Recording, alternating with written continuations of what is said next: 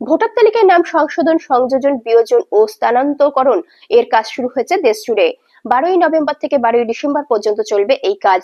সাধারণত বিএলওরা এই কাজ করে থাকেন অফলাইনে, তবে বর্তমান সময়ে অফলাইনের পাশাপাশি অনলাইনেও শুরু হয়েছে এই কাজ।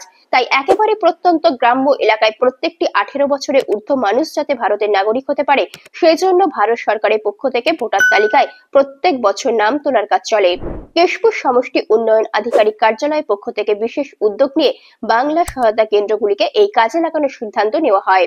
সেই জন্য বাংলা সহায়তা কেন্দ্রের কর্মীদের নিয়ে মঙ্গলবার বিকেলে বিশেষ প্রশিক্ষণের ব্যবস্থা করল কেশপুর সমস্ত উন্নয়ন আধিকারিক। কেশপুর ব্লক যুগ্ম রিপিট কেশপুর ব্লক যুগ্ম সমষ্টি উন্নয়ন আধিকারিক সৌমিক সিংহ বলেন, আমরা কেশপুরের প্রত্যন্ত গ্রাম্য এলাকার মানুষদেরকে সহযোগিতা করার জন্য বাংলা সহায়তা কেন্দ্রগুলিকে এই কাজে লাগাচ্ছি। এর ফলে কেশপুরে 2,70,000-এরও বেশি মানুষ উপকৃত হবেন বলেও তিনি জানান। বিএসকের কর্মীদেরকে ভোটার সংক্রান্ত কোন কোন বিষয়ে প্রশিক্ষণ দেওয়া হলো? আমাদের এখানে বাংলা সহায়তা কর্মীর যে যারা ছেলেরা রয়েছে, ডিও যারা ছেলেমেয়েরা রয়েছে, তাদের মূলত আমাদের ভোটার তালিকা সংশোধনই হচ্ছে। আমাদের 12ই নভেম্বর থেকে ডিসেম্বরের 12 তারিখ অবধি এই ভোটার তালিকা সংশোধনের কর্মসূচি চলবে। এই কর্মসূচি আমরা প্রত্যেকবারের মতো এবারেও হচ্ছে। সংযোজন, বিয়োজন, সংশোধন, স্থানান্তরকরণ, বিভিন্ন কর্মসূচি, বিভিন্ন রকম কর্মসূচি এর আওতায় রয়েছে।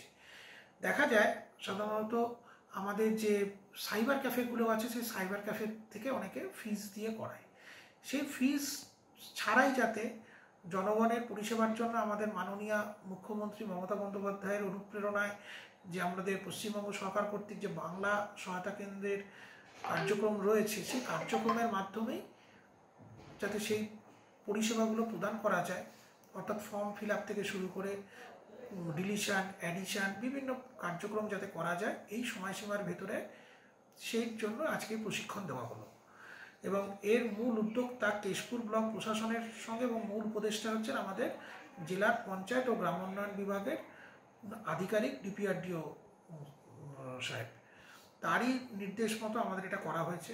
জেলা প্রশাসন সবসময় আমাদের সাথে রয়েছেন এবং এর মাধ্যমে আমাদের কেশপুরের প্রায় 2,77,000 ভোটার উপকৃত হবেন আশা করা যায়।